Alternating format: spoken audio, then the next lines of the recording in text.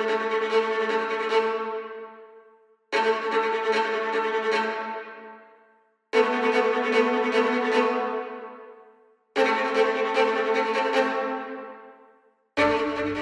buenas tardes a todos y bienvenidos a un nuevo programa de Viajando en el Tiempo aquí en Radio Agricultura y Agricultura TV. Y estamos listas con Bárbara Bustamante para viajar en nuestra cápsula al pasado. Así que, ¿cómo estás, Barbarita? Muy bien, feliz como todos los sábados que nos vayamos en nuestra máquina del tiempo y viajemos. Y hoy día sí que vamos a viajar, pues vamos a viajar no a un periodo ni a un personaje, No, ni a conocer un personaje, sino que a conocer la historia de un lugar en el tiempo. Sí, pues y un lugar del que estuvimos hace poquito nosotros. Sí, pues lo pasamos muy bien. Vamos a hablar nada más y nada menos que de Croacia. Lindo lugar, ¿eh? Realmente maravilloso. O sea, yo creo que si uno, o sea, de los lugares en el mundo como bendecidos por la naturaleza, por la belleza, por los paisajes, yo creo que es Croacia. Porque en el fondo, bueno, es un país que tiene distintos tipos de paisajes, pero todo lo que es la costa dálmata es verdaderamente una maravilla. Sí, una maravilla. Pero la verdad es que tiene un pasado, cantidad de tiempo. De hecho, ruinas prehistóricas importantes, hallazgos que han sido claves para los estudios hoy día de los Neandertal. ¿Que viste la nueva teoría? Que no se habrían extinguido, Imagínate. Sino que estarían entre nosotros. Oh my God, encontré que era así como de alienígenas ancestrales. En cualquier momento mirando al lado. Claro, ¿quién puede de ser pronto un- ibas caminando al lado de un Neandertal y no supiste. Sí, pues, exactamente. Sí, pues, hay restos, hay hallazgos súper antiguos. Hay también, que eso también lo encontré bien increíble, los arqueólogos que descubrieron Sí, bajo el agua. Esa ciudad subterránea que además data como de 7.000 años antes de Claro. Cristo, con una calzada, o sea, en las costas, en el fondo cerca, igual lo descubrieron por en el fondo por satélite. Claro. Y ahí empezaron a ver, y efectivamente hay calzadas de piedra que datarían de una ciudad, y una ciudad, ojo, con pavimento, o sea, Claro, de un claro, nivel y de además, y eso sofisticación en una de las importante. islas, porque hay que pensar que, claro, Croacia, que es un país, si uno lo mira, tiene una forma así como rara, como boomerang, ¿ya? Entonces, la parte más angostita es toda la costa dálmata, y toda esa costa, que es como de 1.800 kilómetros más o menos, ahí hay como 1.000 islas, de las cuales 60 están habitadas solamente, pero 1.000 islas o islotes. Entonces, claro, ahí en el fondo, debajo de una de esas islas es que se encontró en el fondo Esta calzada. esta Bueno, calzada. de hecho, estas 1.000 islas de la costa dálmata es lo que le da el nombre a los perros dálmatas. Sí, pues dicen que también que los perros serían de allá, esos dálmatas, que en Claro. el fondo, bueno, él dice la leyenda, que por los puntitos, en el fondo si uno mira Son todos como los las puntitos, islas. claro, son como las islas, tal cual. Sí, Esa sí, es una sí, de las tantas leyendas. Así que sí, pues está todos esos restos arqueológicos, y después, en el fondo, si uno empieza a ver ya, cuando ya empiezan a ver como asentamientos, aparecen en el fondo Los celtas. Y Y ahí principalmente lo que se ha encontrado tiene relación con lo que es la cultura de Hallstatt, que es lo que está en Austria, el Aten, que es lo que está en Suiza, y los vestigios, podríamos decir, monumentales, de artefactos y distintas cosas que han encontrado son de esos estilos, por lo tanto, esos celtas continentales, podríamos decir. Exactamente, y entonces ahí se comienzan a producir los primeros asentamientos que en Croacia son los ilirios, ¿ya? Y esos ilirios, bueno, evidentemente que van a empezar a tomar contacto con los griegos en la medida que los griegos van a comenzar a controlar o a navegar en el fondo por el Mediterráneo y van a empezar a tener colonias en distintas partes, y con los griegos, claro que se va a producir una mezcla, con los griegos se va a producir, en el fondo, desarrollo cultural, acuñación de moneda, el fondo, y evidentemente que comercio, ¿ya? Eso es así. Y cuando ya llegan los romanos, la verdad Que se demoran en llegar. Se porque demoran en llegar. Comienza ese intento de tomar esta zona que posteriormente la van a llamar Dalmacia por una parte, Panonia por el otro, porque son provincias, los romanos son tremendamente administrativos, construyen caminos, ciudades y dividen todo digamos, en región administrativamente. Pero va a ser ya en el siglo I donde terminan conquistando esta zona. Claro, más o menos entre el año 9, 10, ya terminan tomando el control de esta zona. Y como tú decías, como son los romanos son grandes ingenieros, construyen caminos, acueductos, y en Croacia hay restos en varias partes que son bien impresionantes. No, de hecho, en Pula es realmente impresionante. Primero, el anfiteatro está podríamos decir así como la coraza, la carcasa completa. En el interior las graderías se han perdido, pero es realmente impresionante. Y si uno baja a la ciudad de Pula, porque está como más arribita el anfiteatro, uno ve restos de la muralla romana, arcos de triunfo completo, y en la plaza central, el templo de Augusto es un templo perfecto. Siempre te dicen que la Maison de Carré en Nîmes es el templo romano mejor conservado, pero yo diría que le hace collera también. Sí, le hace collera. Es que y ahí está el ayuntamiento, que es bien interesante porque está el templo, el ayuntamiento, que es un edificio, podríamos decir, de un estilo más bien como español, posterior, renacentista. Pero cuando uno da la vuelta al templo, uno se da cuenta que está parte de la estructura romana completa. Entonces, a mí me encantó Pula.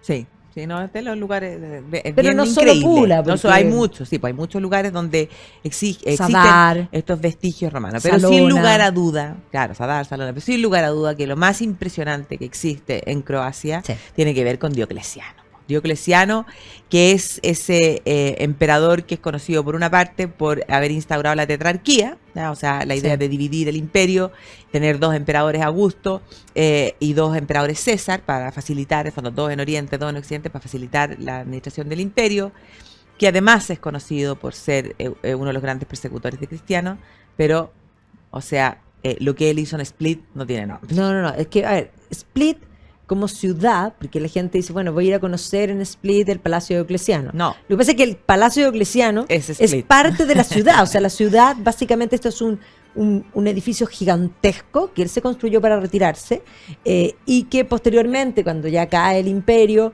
va a ser ocupado por algunas cosas todavía administrativas, pero posteriormente, podríamos decir, cuando caen los pueblos, esto se produce como una ocupación, así como que los ocupa, van a llenar el palacio. Y por lo tanto van a empezar a construir dentro del palacio sus casas. Y eso explica la parte central de la ciudad de Split, que por supuesto hoy día gran parte es más grande, es más Split, grande. Pero en el fondo el palacio es el centro de la ciudad. O sea, es una cosa impresionante. Sí, pues lo grande. Además, no, y además la catedral es el templo romano con toda su estructura completa, que se va a preservar muy bien porque, como en todos los casos, si uno piensa en el Panteón de Roma, el Panteón de Roma se preservó del modo en que está, precisamente porque se convirtió en iglesia en Santa María de los Mártires, y como se convirtió en Santa María de los Mártires, se mantuvo. Bueno, lo mismo va a pasar aquí. Esto se va a preservar porque se va a ir convirtiendo, se va a ir transformando a los nuevos credos. Lo mismo los templos que están ahí cerca, las estructuras están completas. Intacta, yo realmente no le puedo creer. Uno dice como siglos y esto sigue aquí de pie. Y además, cuando uno lo mira del lado donde está el mar, del en el mar, fondo, que además ahí se ve la estructura completa. Claro, se ve la estructura completa y uno ve las ventanas de las casas, o sea, la gente, cómo se instalaron a vivir ahí, o sea, como con un los arcos edificio de medio departamento. punto, romanos, las columnatas puestas entre medio, realmente impresionante. Claro, y tiene también una cosa que es impactante, es toda la parte, en el fondo, subterránea, que en el fondo es como un edificio, como espejo de lo que era en el piso eso superior. Te permite dimensionar cómo habría sido. Cómo habría sido. Y cómo eso se mantuvo, eso llega a ser hasta divertido y un poco de por qué está tan intacto. No, es genial, porque claro, esto ocupa que tomaron esto cuando esto se abandonó, construyeron sus casas y hicieron hoyo en sus casas para dejar sus desechos humanos. O sea, básicamente era el alcantarillado, pero de siglo. Y esto se llenó mierda literalmente ancestral. De mierda ancestral. Y van a comenzar las excavaciones, y digo las excavaciones de algo que ya era un material orgánico que no tenía olor a nada, sino que era como si fuera casi un cemento, una cosa así. Y fueron excavando todo esto y descubren estos espacios que no tienen muy claro exactamente para qué se ocupaba. Yo tengo una teoría que tenía que ver con porque no se ocupaba, tienen claro que no se ocupaba de almacén. Claro. Que no se ocupaba o sea, tiene muy claro que no se ocupaba. Pero y no mi teoría, mi teoría es que tiene que ver con algo de ventilación. Porque efectivamente cuando tú estás abajo sientes chiflones y los romanos eran tremendamente inteligentes para, si crearon la calefacción central, también crearon el aire acondicionado. El aire acondicionado probablemente tenía el objetivo de, claro, de hacer de aire acondicionado en lugares donde, claro, en el verano eso tiene que dar calor, o sea, y eran habilosos, así que probablemente tiene que haber sido para eso, porque sí, se sentían como corrientes de aire en los distintos salones. Pero es algo increíble, o sea, la verdad es que Split es un lugar al que dan ganas de volver una y otra vez. No, o sea, yo creo que maravilloso. nunca va a ser suficiente conocerlo. No, además nosotros tuvimos mucha suerte porque fuimos fuera de temporada, con lo cual había menos gente, pero además nos pasó que tuvimos que levantarnos temprano porque teníamos que conseguir algo para los pasajeros. Habíamos comprado estas ensaladas y no teníamos aliño, entonces era domingo y se nos ocurrió salir a buscar algo para aliñar, pero estaba todo cerrado, pero estaba la feria y compramos unos limones extraordinarios que no tenían nada de cáscara y era jugo total. O sea, te dan ganas de comértelos como naranja a gajo. O sea realmente impresionante. No, impactante porque además yo tengo que reconocer que por falta de tiempo yo aquí en Chile no voy nunca a la feria. Yo pido las cosas o voy al supermercado, no a la feria. Pero ahí me encantó ir a la feria porque además que negociamos en croata. Hablamos hasta en croata. No, porque el tipo nos contestaba y nosotros no teníamos idea, o sea, la palabra, pero sí por la expresión que nos estaba diciendo. Claro, o sea, nos está diciendo estos limones son fantásticos, no tienen puro jugo, en fin. Y claro, fuimos muy temprano y pasamos por el palacio y literalmente no había nadie. No, estábamos solo nosotras dos. Y tenemos una foto extraordinaria que la pueden buscar en Instagram porque ahí la publicamos, pero realmente fue una experiencia espectacular. Espectacular, sí.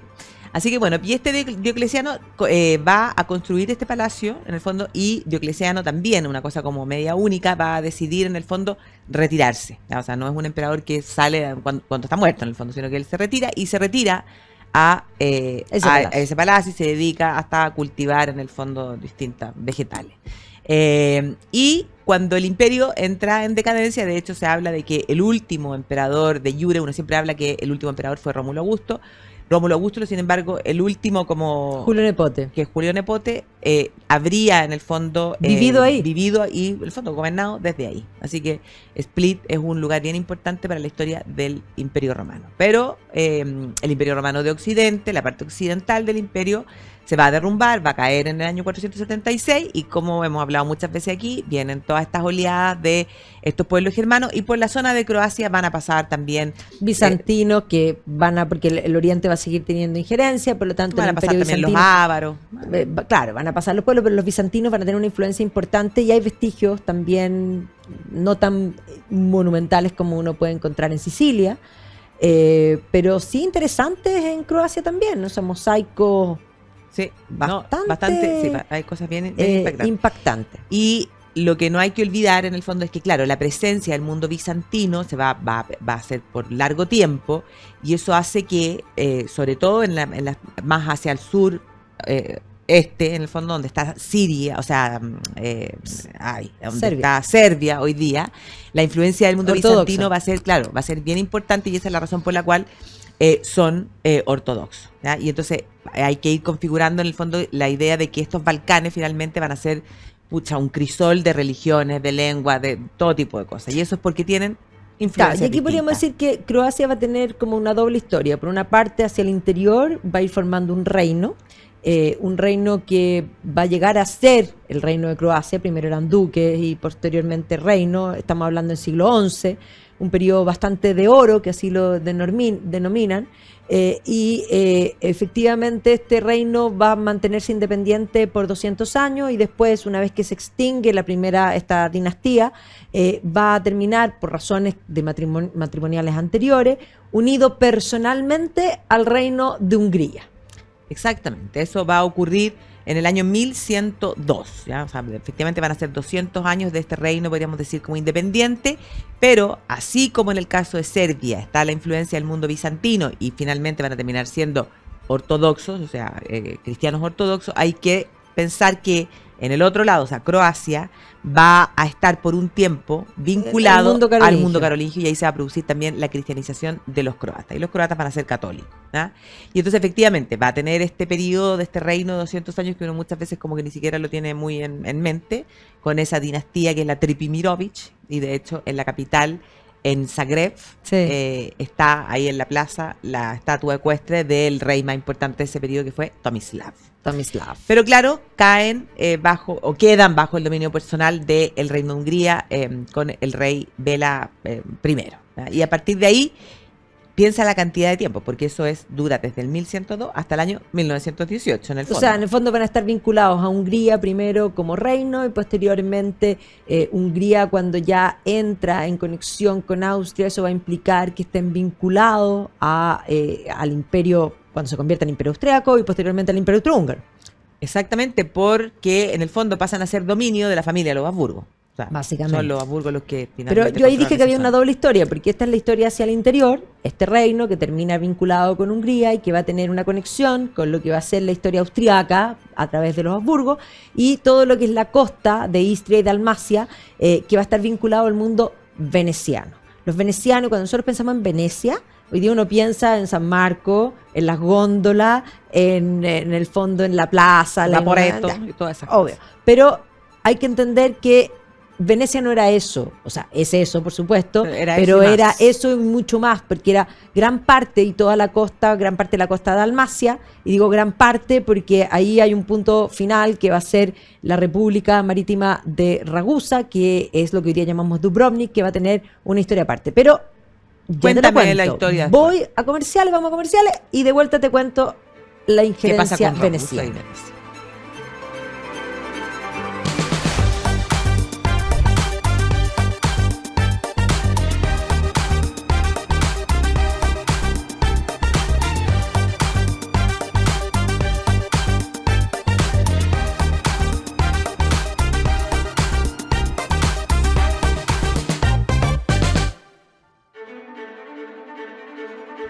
Y estamos de vuelta aquí en Viajando en el Tiempo, hablando de historia de Croacia. Estamos hablando de la influencia veneciana, que Venecia era más que simplemente la ciudad de Venecia, sino que esta injerencia en toda la costa, con el punto que es distinto, que es hoy día Dubrovnik, que era una república que era competencia de Venecia, pero que va a ser Ragusa.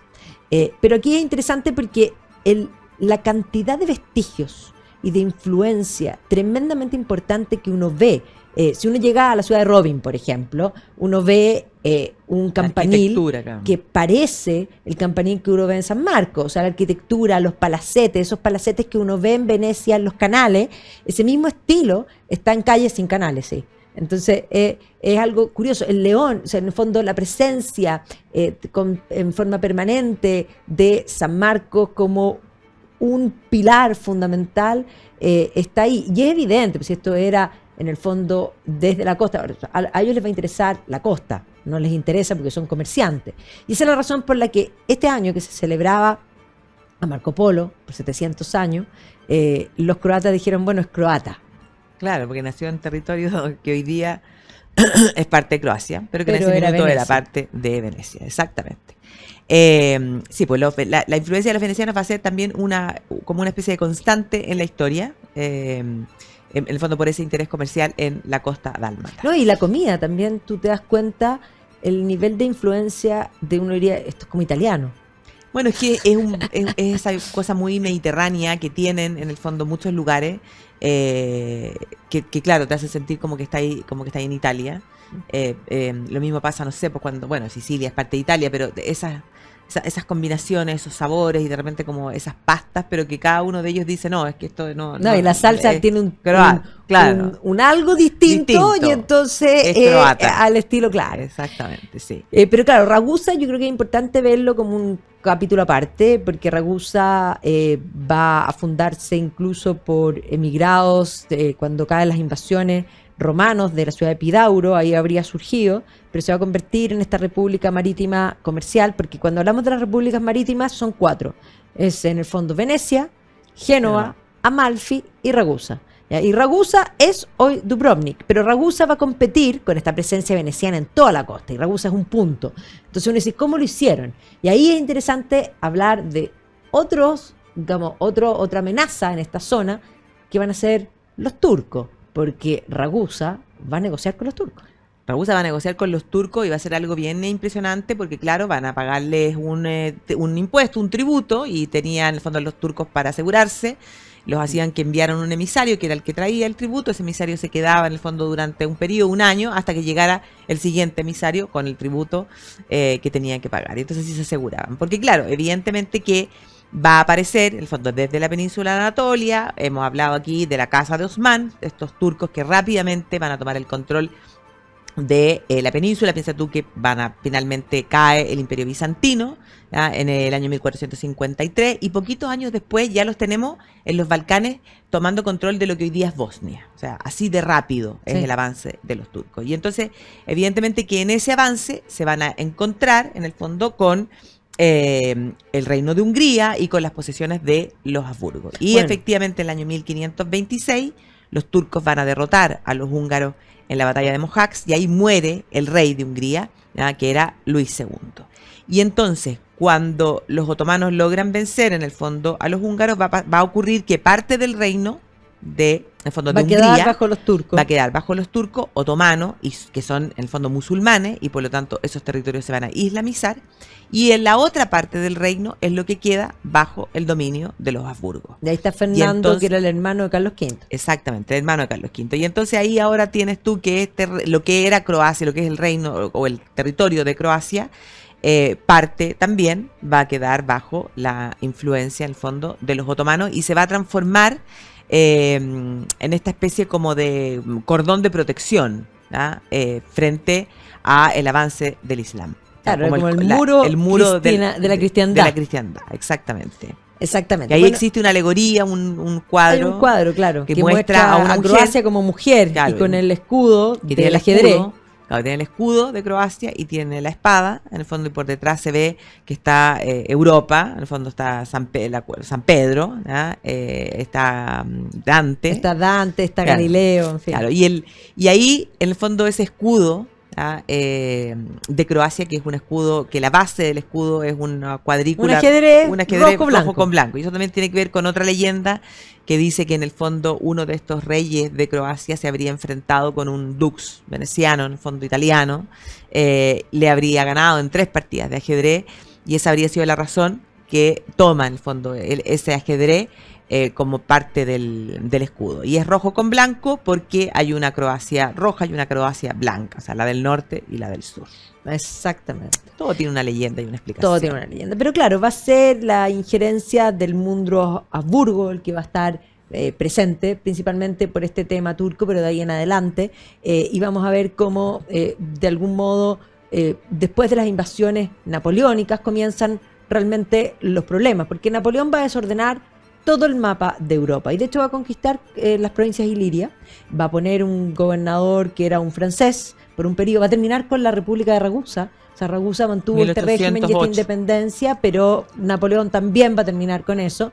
Pero claro, Napoleón va a desordenar esto, pero en 1815 Napoleón va a ser derrotado, y por lo tanto el Congreso de Viena intenta recuperar todo lo anterior como si nada hubiese pasado, volver a esas ideas absolutistas. O sea, de hecho, en algunos momentos los Habsburgos tuvieron mayores autonomía. Esto va a haber ciertas revueltas en algunos momentos, lo que va a hacer que los Habsburgos se pongan y que concentren el poder desde Viena. Entonces, eso va a generar también, comienzo del siglo XIX, ciertos movimientos nacionalistas que van a empezar a preguntarse, bueno, ¿qué somos? Entonces, lo primero, el nacionalismo surge con Napoleón, no somos franceses. Lo evidente es que no somos franceses. Obviamente van a surgir estas ideas de la lengua croata, va a surgir el primer discurso dentro del sabor que es el Parlamento. En croata, y en fin, todo este tema nacionalista que va a ir tejiendo una identidad. Claro, los periódicos ya escritos en la lengua croata, las exigencias de que el croata se convirtiera en la lengua oficial,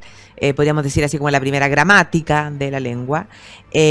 Precisamente, claro, lo que tú decías, en el momento en el que en Europa se intenta volver a establecer el absolutismo, cuando ya no va a ser posible, y teniendo en cuenta que además Napoleón significa el fin del Sacro Imperio Romano Germánico, sí, y la creación del Imperio Austríaco, ¿ya? Y por lo tanto, este reino de Hungría, que incluía Croacia, queda sometido, en el fondo queda dentro del Imperio Austríaco, y todo gobernado férreamente desde Viena, primero por las ideas de Clemens von Metternich, que fue en el fondo el canciller austríaco hasta el año 48. Hasta el año 48, que fue el cerebro en el fondo del Congreso de Viena, y después de todas las reformas que va a hacer Bach, ya que también se va a transformar en uno de los de canciller importante dentro del imperio, que en el fondo que se le conoce como el neo-absolutismo de Bach. O sea, querían querer controlar y evitar todos estos levantamientos que van a comenzar a darse. Y ahí comienzan a aparecer los partidos políticos. Y uno de los partidos que va a aparecer ahí va a ser el partido de los derechos, ¿ya? O el partido de los puros, ¿ya? Y ese partido surge en el año 1861, o sea, muy poquito después de que Darwin publica. Claro, es que el origen de las especies por selección natural, escrito por Darwin en 1859, que está escrito por las ciencias naturales, él lo que plantea es que efectivamente las especies evolucionan, que el medio hace el órgano, y quienes se adaptan se perpetúan, y quienes no se adaptan, los más débiles, perecen. Y esa es la forma de la selección natural. Pero esta idea de las ciencias naturales va a ser llevada por algunos teóricos a las ciencias sociales, con esa idea de que el ser humano es una especie más, que evoluciona. ¿Y cómo se evolucionan? Los más fuertes se perpetúan, los más débiles perecen. Entonces esa idea de que los más débiles pueden perecer, esto va a ir de la mano también con la creación de la sociología, que podemos ayudar a crear una mejor sociedad, y los débiles no los queremos, básicamente. Entonces, lo que se denomina el darwinismo social se va a combinar además con una serie de teorías que van a estar sobre la mesa segunda mitad del siglo XIX, específicamente las teorías de raza, esa idea de que hay razas superiores, que hay razas inferiores,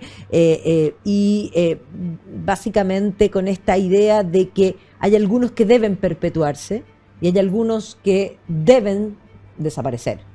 Y eso también va a alimentar no solo a la Alemania nazi, que sin duda lo va a hacer, sino también a Croacia.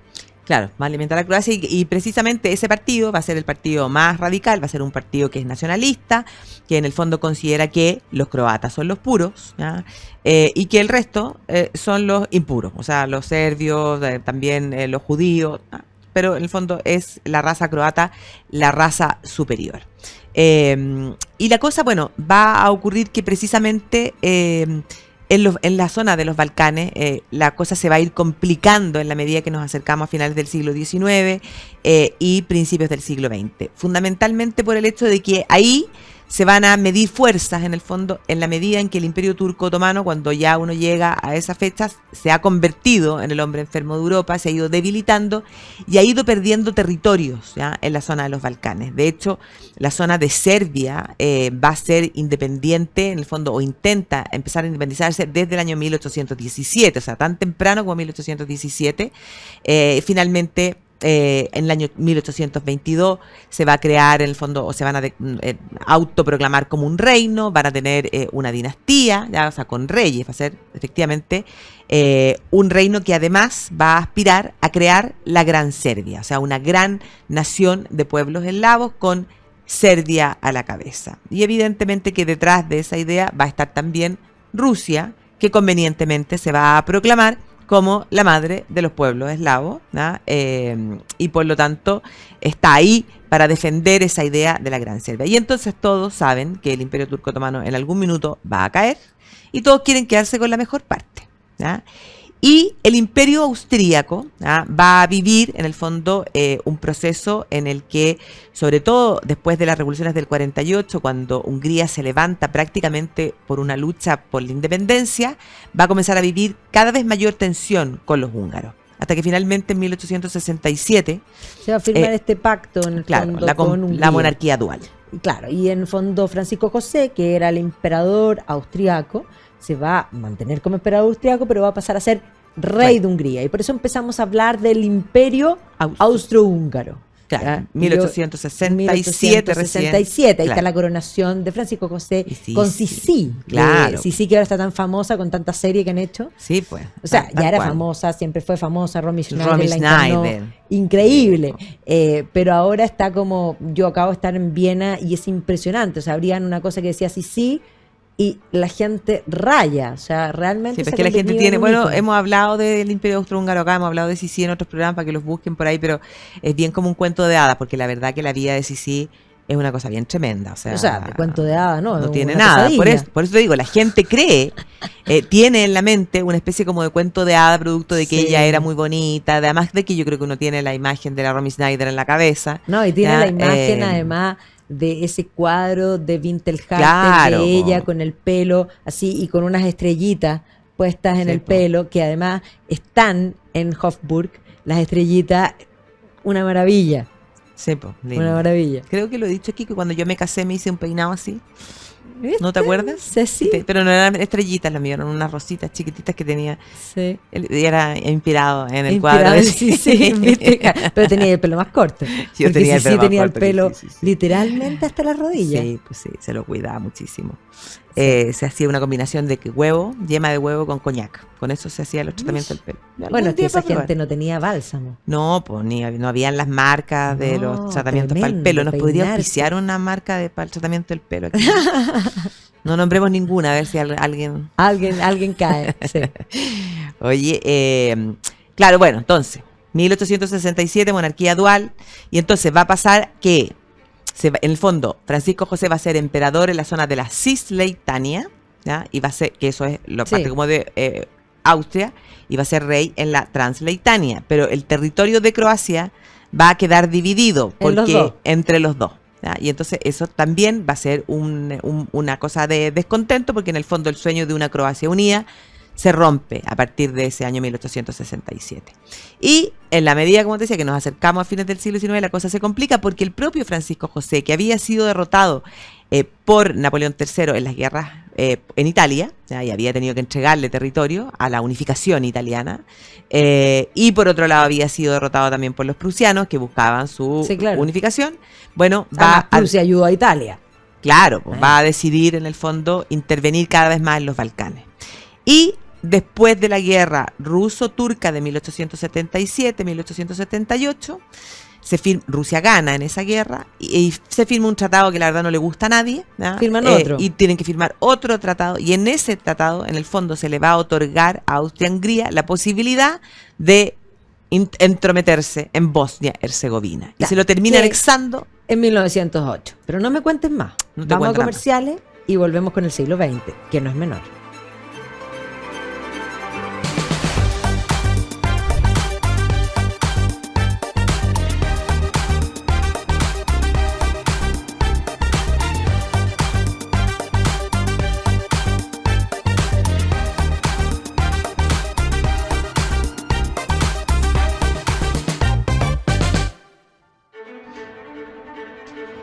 Y estamos de vuelta aquí en Viajando en el Tiempo, hablando de la historia de Croacia, y terminamos precisamente en 1908, cuando Austria-Hungría se anexa Bosnia-Herzegovina, lo que va a ser un problema, porque es precisamente las tensiones que se van a dar en los Balcanes lo que va a implicar que en 1914 el heredero al trono, el archiduque Francisco Fernando, Franz Ferdinand, sea asesinado precisamente en Sarajevo. Y esto va a implicar el inicio de la Primera Guerra Mundial. Andaba revisando las tropas porque la cosa estaba muy convulsionada, y ahí lo asesinan junto a su mujer, Sofía Chotek. No me voy a olvidar nunca que él se casó morganáticamente, porque don Julio Retamal nos enseñó eso un día que le vino como un ataque de un poquito de furia. Sí. Porque no sabíamos lo que era morganáticamente. Bueno, pero ya eso está clarísimo. Pero claro, ese asesinato implica el estallido de la Primera Guerra Mundial. Y efectivamente la guerra va a durar 4 años, va a ser un infierno, pero finalizada la guerra se van a firmar los tratados de paz en Versalles, pero ahí hay distintos tratados de paz que se van a dar, y en relación, podríamos decir que a grandes rasgos lo que sucede en estos tratados de paz es que terminan desapareciendo los imperios, y por lo tanto desaparece el imperio austrohúngaro y comienzan a repartir los territorios, que va a generar complejidades. Claro, va a generar complejidades porque se desarma, por un lado Austria, por otro lado Hungría, y lo que a nosotros nos interesa es que se crea en el fondo la primera Yugoslavia, que siempre hablamos de Yugoslavia, pero la verdad es que el nombre oficial en ese momento, hasta 1929, va a ser el Reino de los Serbios, Croatas y Eslovenos. ¿Y eso por qué? Porque Serbia quedó dentro de los países que ganan la guerra, y por lo tanto tiene mayores prerrogativas, y entonces le van a ceder territorio y se forma este reino que evidentemente incluye a Eslovenia, Croacia y Serbia actual, y en el fondo las zonas más hacia el sur, que incluían en el fondo hoy día Bosnia, Herzegovina, Macedonia del Norte, Kosovo, todo eso. Y esa es, en el fondo, la primera Yugoslavia que va a tener, en el fondo, como rey, al rey de Serbia, que era Pedro I. ¿Ah? Este Pedro I va a hacer una constitución que se proclama en 1921. La idea era mantenerlos a todos unidos, nadie por encima de nadie, o sea, un reino que los aglutinara. Pero él muere justo el mismo año, 1921, y entonces ahí viene su hijo, ¿ya? El rey Alejandro I. Y este Alejandro, la verdad es que también va a tener la intención de organizar el reino, pero en la medida en que ya estamos en la década del 20, la cosa política comienza a particularmente complicarse. hay que entender que el año 17, en el medio de la guerra, se produce la revolución bolchevique. Esto genera unas convulsiones políticas hacia toda Europa, sobre todo al terminar la guerra. Por lo tanto, es un tema complicado. Van a surgir partidos comunistas llamados a octubres en todas partes y movimientos socialistas nacionalistas contrarios a los comunistas que también van a surgir en Croacia. Exactamente. Y entonces va a haber se van a realizar elecciones, y la verdad es que ahí uno se da cuenta que habían un sinnúmero de partidos. O sea que eso demuestra una vez más que con muchos partidos políticos la política no funciona. Así que había por un lado el Partido de los Campesinos. A ese Partido de los Campesinos se le oponía el Partido de los Derechos o Partido Puro, y ese se oponía a su vez al Partido Comunista. Y el tema es que dentro del Partido de los Derechos o Partido Puro aparece la figura de Ante Pavelić, un personaje completo y absolutamente nefasto que no lo tenemos en la retina, que va a comenzar a intervenir, se va a vincular, va a ser muy admirador primero de Mussolini, después de Hitler, toma contacto con Mussolini. La idea de él era crear en el fondo una Croacia independiente, sintiendo en el fondo que los impuros y a los que hay que eliminar es a los serbios. Se une a Mussolini le dice, oye, ¿qué tal si en el fondo asesinamos al rey del reino, al rey Alejandro, prometiéndole a Mussolini otorgarle tierra en la zona de Dalmacia? Entonces Mussolini dice, mira qué buen negocio, en realidad nada malo puede pasar. Así que empiezan los planes para asesinar al rey, en el fondo, Alejandro. Claro, que a todo esto el rey, en un momento cuando las cosas se complican, había terminado los partidos políticos, claro. Y por lo tanto Pavelić se fue a Italia y ahí precisamente gestó estas ideas. Pero van a intentar matar al rey en varias ocasiones hasta que finalmente lo matan. Y ahí, a la muerte del rey, la situación se va a complicar porque tenía un hijo, pero era pequeño, con lo que va a haber una regencia de su hermano y a ese niño lo van a mandar a Inglaterra. A ese niño lo va a mandar a Inglaterra. De hecho, Winston Churchill se va a encargar de su educación. Claro, y entonces, claro, Ante Pavelić, en el fondo, tras el asesinato, en el fondo está en Italia. Mussolini lo va a mandar a una prisión, en el fondo en Turín, pero Pavelić bastante lujo. Lo que juraba era que a la muerte del rey todos iban a querer estar con él, pero no fue así. La gente lloró al rey. Él era minoría, pero claro, la gente llora la muerte del rey. No es que se hayan decidido, ya ahora nos independizamos y somos una Croacia independiente de los serbios. Y entonces, bueno, este Pavelić, como te digo, va a estar preso algunos años, porque claro, si no Mussolini si lo hubiera entregado, Mussolini tendría que haber reconocido que estaba detrás del asunto. Que él estaba detrás del asunto. Y así, en el fondo, vamos a llegar al año 33. Y cuando llegamos al año 33, Hitler llega al poder y nos encaminamos hacia la Segunda Guerra Mundial. Exactamente, pero ahí vamos a tener, por una parte, en el fondo, hay que comprender que va a generarse una serie de situaciones que efectivamente el reino no va a querer entrar, no va a querer cuadrarse con el eje, pero finalmente ya el año 41, con un Hitler ganando, no le quedó más que tomar postura y alienarse. Pero no le va a gustar a Hitler ciertas cosas, con lo que finalmente va a terminar invadiendo Croacia, y en ese momento de la invasión a Croacia va a estructurar Hitler y va a terminar poniendo un gobierno títere en el que Pavelić, que había creado estas brigadas que se llamaban en el fondo la Ustacha, y que habían sido entrenadas como terroristas guerrilleros básicamente, que era lo propio de las brigadas de choque de la época, van a terminar gobernando. Y ahí Pavelić, que era un hombre pequeño, sin ningún carisma, claro, no va a terminar estableciendo este gobierno con esta idea de los puros, o sea, también con una idea racial de por medio. Y cuando hablamos de los puros, él va a tener un antisemitismo, sí, pero también va a tener un antiserbio y va a marcar a las personas por distintas, en el fondo, etnia, y los va a perseguir, va a hacer campos de concentración, a un punto que va a ser tanta la crudeza, porque él tenía como norte que un tercio de la gente se tenía que ir, que un tercio se tenía que quedar y que una cierta cantidad tenía que morir. Claro, porque además él, y esa es la característica que tiene, que lo distingue de los demás, es el hecho de que él es católico, ¿ya? Sí. Un acérrimo defensor del catolicismo, de hecho va a contar con el apoyo de la iglesia, que en el primer momento en el fondo lo va a estar detrás, pero después la iglesia se da cuenta de lo que está pasando, pero claro, ya era bastante tarde para darse cuenta. Y el tema es que él va a querer que esta nación sea, en el fondo, eliminar, como tú dices, a los serbios, a los judíos, a los bosnios los va a perdonar en el fondo porque se habrían convertido en el fondo casi obligados por el Imperio Turco Otomano, pero lo que sí quiere es que sean todos ortodoxos, y entonces van a venir todos católicos. O sea, todos católicos no ortodoxos, eso quise decir. Entonces van a venir las conversiones, van a derribar iglesias y después los asesinatos en masa, pero con tortura. Y eso es lo que va a impactar a los propios nazis. No, de hecho, Heinrich, que es de los pútridos nazis, va a terminar diciendo que a Pavelić se le pasa la mano. O sea, primero lo encuentra...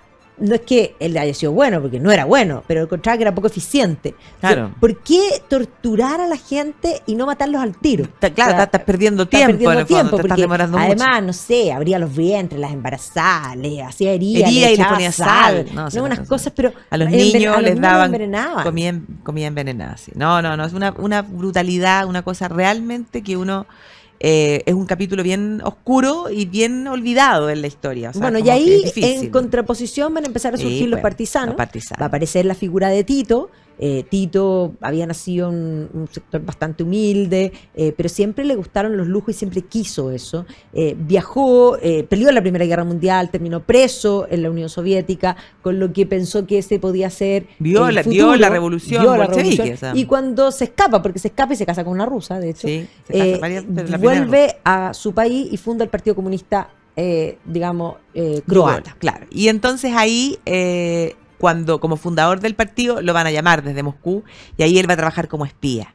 Y entonces se dice que porque él se llama Josip Broz, ¿ya? Y entonces el Tito, uno dice, ¿por qué Tito? Bueno, una teoría es que habría sido porque ocupaba muchos disfraces y a él mismo le habría gustado ponerse como nombre Tito, y la otra es porque Stalin lo manda, cuando estalla la Guerra Civil Española, lo manda como parte de las brigadas internacionales. Y entonces ahí le habrían dicho, oye tío, y en realidad habría terminado como Tito, pero claro, no sabemos bien por qué. Pero efectivamente los partisanos van a ser los que finalmente van a terminar derrotando a la Ustacha, y además, ojo, que Pavelić le había dicho a los Ustacha que se entregaran a los ingleses para que no los mataran, pero los ingleses se los entregaron finalmente a los partisanos, y los partisanos los hicieron papa. O sea, en el fondo, ellos mataron una cantidad, los van a matar a todos. Pero Pavelić se arranca. A los ustachas con señoras, con niños, los partisanos se los hicieron bolsas. A todos. Lo hacían desfilar y así decimos. Bueno, pero Pavelić se arranca. Sí, Pavelić se arranca. Se va al Vaticano, después se va a Buenos Aires, lo recibe ahí Perón, y después se va a España de Franco y ahí muere. Sí, ahí muere, está desterrado. Incluso hay un atentado en su coche, pero es una figura que ahí quedó. Ahí quedó, exactamente. Un capítulo bien oscuro. Pero ahora viene, en el fondo, la nueva Yugoslavia. Tito, porque Tito va a tener como 800.000 hombres, va a saber, en el fondo, durante la guerra, él va a saber moverse, va a darse cuenta de que por un lado tiene a los aliados y se va a vincular a Winston Churchill, pero también sabe que cuando la guerra terminara, como él es comunista, en el fondo iba a ser necesario estar del lado de Stalin. Entonces, entre Dongoy y los Vilos. Así, y lo hizo, en el fondo era un político bastante hábil. Y entonces cuando la guerra termina y le dicen, bueno, ahora firmemos un tratado, a ver qué hacemos aquí en esta Yugoslavia, él va a decir, no, aquí a mí no me van a venir a imponer nada, y en el fondo él ya se había convencido durante la guerra que la única manera era crear ahí una república de estilo federal. Y esa va a ser lo que va a crear Tito, que es la segunda Yugoslavia, que incluye en el fondo a 6 repúblicas: Eslovenia, Croacia, Serbia, Bosnia-Herzegovina, Montenegro y Macedonia, ¿ya? Y es esa república federal, y esa es la Yugoslavia en el fondo que todos tenemos en mente. Con Tito a la cabeza, eso funcionó porque Tito, ¿ya?, se atrevió incluso a desafiar a Stalin, y eso es genial. No, además que en un momento Tito se decía mariscal y Stalin dice no, el único mariscal quería soy usar yo. El traje mariscal, claro, mariscal era lo más alto. Lo máximo, pero solamente Stalin podía ser mariscal, y Tito le dice yo también, pues. Y por lo tanto lo va a desafiar y no va a aceptar que lo manduqueen, y esto lo va a generar quedando yo dije entre Tongoy y Los Vilos porque generalmente uno dice no hay nada, pero ojo, ahí están las empanadas Huentelauquén que son extraordinarias. Ya, es una cosa importante, ¿o no? ¿No hay parado? Sí, pero es decir, O sea, yo la última vez sí, uno puede comprar para, mira, le estamos haciendo estamos haciendo propaganda sí, propaganda Huentelauquén, nos pueden auspiciar, estaríamos encantados. No hay que nombrar marcas que no nos están auspiciando. Así Bueno, que no las importa, empanadas son ricas, son ricas. Pero lo que quiero plantear es que quedan estos países no alineados, que además hace que esté en buena con Stalin, va a terminar rompiendo y por lo tanto que se acerque más a Occidente. Él va a ser comunista, pero no va a ser un totalitario, sino un autoritario. Todo va a pasar por su persona, va a instaurar un régimen socialista. Pero es como sí, nacionalista, si esa es la, no es socialista, internacional. es nacionalista, pero además va a permitir que la gente salga y por lo tanto que la gente vaya a trabajar afuera y que manden remesas a su familia. Vayan a comprar. ¿Ya? Y por lo tanto esto va a permitir que tenga un régimen autogestionado. Que Claro, al principio va a funcionar bien, pero en los 70 la crisis del la crisis le va a afectar, golpear. pero te acuerdas que nosotros nos contaba uno de las personas que conocimos en Croacia, que de hecho él se acordaba cuando ellos podían ir a comprar a Trieste. Y era como el panorama, así, podían salir y comprar todo tipo de cosas y volvían, en el fondo, permitió cierta apertura, en el fondo permitió inversión extranjera, pero nunca que controlara. 49%, para que no tuviesen el control. Exactamente. Y entonces, claro, le funcionó, pero, claro, la década de 70 le va a afectar. Y Tito se transformó en un celebrity. Un celebrity. Hay gente que tiene fotos con la Sofía Loren, con la Liz Taylor, o sea, con la reina Isabel II, que está cocoroca, porque además él era súper coqueto. Sí. O sea, era un personaje que se codeaba, y como los no alienados, estaba ahí Nehru, Nasser, en fin. Sukarno. Está con todo el mundo, pero tenía muy buena relación con Estados Unidos, con Jimmy Carter. Después va a recomponer relaciones con el Vaticano, porque se da cuenta que su población es católica. Entonces, es un personaje, la verdad que... ¿sabes que nos vamos a hacer nos vamos a dedicar a estudiar en profundidad a Tito? Hay una cosa clara, las casitas que se construyó no son menores. Y el tren. El tren azul, una cosa realmente un lujo asiático. A él le gustaban los lujos y se los va a dar. Sí, pues estaba así como de anteojos. No, anteojos así, como diríamos, no oscuros, así como setentero, así. Sí. No, vamos a dedicarnos un día más a Tito, porque además, claro, ahora el tiempo se nos va a ir y no vamos a poder entrar mucho. Porque Tito muere el año 80 y Tito había logrado dar esta unidad en su persona. Él unía, claro. Y va a cometer, podríamos decir, el error de establecer que a su muerte lo que se iba a tener que dar era como que se turnaran en el poder las 6 repúblicas, o sea, que ocuparan el puesto de el primer ministro un año cada una. Lo ocupaba Bosnia, seguía Serbia, y el tema es que en Serbia va a aparecer Slobodan Milosevic, que cuando le toca entregar el poder, no lo entrega. Entonces, ahí, y viene la idea de la Gran Serbia de nuevo. Y ahí vienen toda la guerra de los Balcanes, que no es una guerra, sino que hay una guerra en Eslovenia que va a durar poco, 10 días, y por lo tanto Eslovenia salva. Pero después va a venir la guerra en Croacia, que va a ser complicado porque había población serbia y por lo tanto es una guerra, digamos, externa y civil al interior. Claro. Luego va a venir la guerra en Bosnia. Y esa se va a complicar tremendamente. Ahí está Sarajevo. Y que además ahí es curioso porque Serbia y Croacia se unen para tomar Bosnia, o sea, la política. Claro, o sea, estaban en guerra, pero dicen, bueno, nos repartimos Bosnia. Montenegro lo hace distinto porque y ahí Macedonia le sale más fácil. Porque Macedonia tiene frontera con Grecia y con estaba la OTAN. Y claro, y eso significa que es Unión Europea y OTAN. Pero Kosovo es un capítulo tremendo. Kosovo un capítulo tremendo, o sea, la cantidad de muertos, la cantidad de desplazados. Y Kosovo, bueno, finalmente va a intervenir ¿cómo se llama? La Organización de Naciones Unidas, va a quedar como con un mandato internacional y bueno, Kosovo hasta el día de hoy sigue en una situación compleja porque declara su independencia, pero solo 109 países en el mundo lo reconocen, así que hasta el día de hoy. O sea, podríamos decir la zona de los Balcanes logra su independencia alrededor del año 95 y es la Croacia moderna que tenemos hasta hoy día. Que además se demoran en entrar a la Unión Europea por todos los crímenes. Sí, hasta el año 2013. Tremendo, sí, tremendo. Pero bueno, otro día, cantidad de historia. Otro día tenemos que hacer, cuando hablemos de las guerras, las podemos hacer, o sea, un programa solo de las guerras. No, y aprovechar de invitarlos porque así como hablamos de Croacia esta semana, en El Toro, Sicilia viene la próxima semana, si les gusta, para que se inscriban el lunes a las 7 de la tarde en El Toro, y luego viene La Puglia, que además tiene una historia común también en muchos puntos, sobre todo la base iliria y en ciertas ocupaciones con lo que hemos contado hoy día. Así que Muchas gracias a ustedes, gracias Barbarita. Gracias, Estuvo nos vemos entrete. el próximo sábado. Nos vemos. Cariño. Chao, chao.